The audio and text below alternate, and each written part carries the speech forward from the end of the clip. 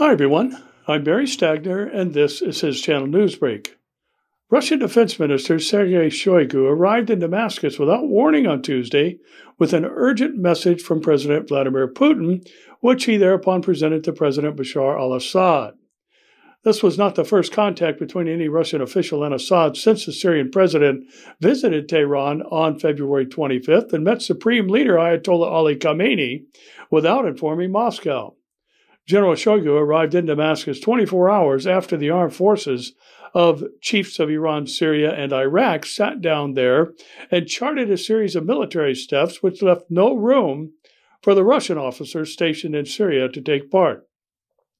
Turkish President Tayyip Erdogan said the massacre in Christchurch, New Zealand, was part of an attack on Turkey and Islam. He warned anti-Muslim Australians they would be sent back in coffins like their grandfathers at Gallipolli. Erdogan showed footage of the shooting at campaign rallies ahead of March 31st local elections. New Zealand's Prime Minister Jacinda Ardern said Wednesday that her foreign minister would confront the Turkish president over his comments, adding that release of the footage endangered New Zealanders everywhere. Australian Prime Minister Scott Morrison summoned the Turkish ambassador on Wednesday to demand that the highly offensive and highly reckless comments be withdrawn. Online tools which track user behavior for advertisers have been found on a swath of EU public health websites, including government.uk pages.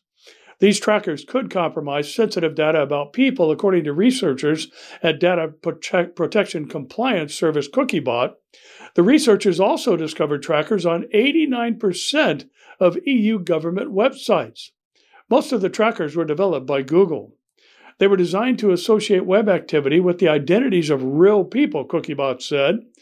Of all the 28 EU member states, only Spanish, German, and Dutch government websites were found to be tracker-free. We, of course, expect everyone to fully comply with EU data protection rules, and it is the responsibility of EU data protection authorities to ensure compliance, a spokeswoman for the European Commission said. Invisible tracking has been recorded, but the public health website trackers presented additional risks, said Cookiebot.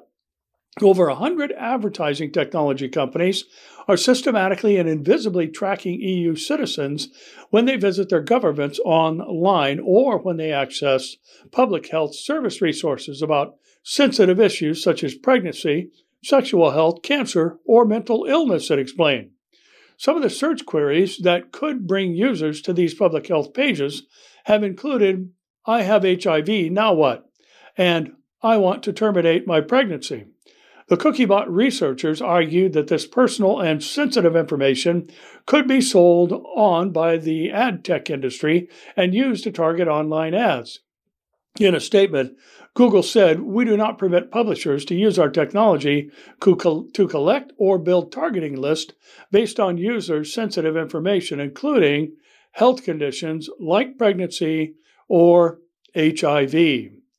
Egypt's top media regulator on Tuesday put into effect tighter restrictions that allow the state to block websites and even social media accounts with over 5,000 followers if they are deemed a threat to national security. The move is the latest step by the government of President Abdel Fattah el-Sisi to suppress dissent.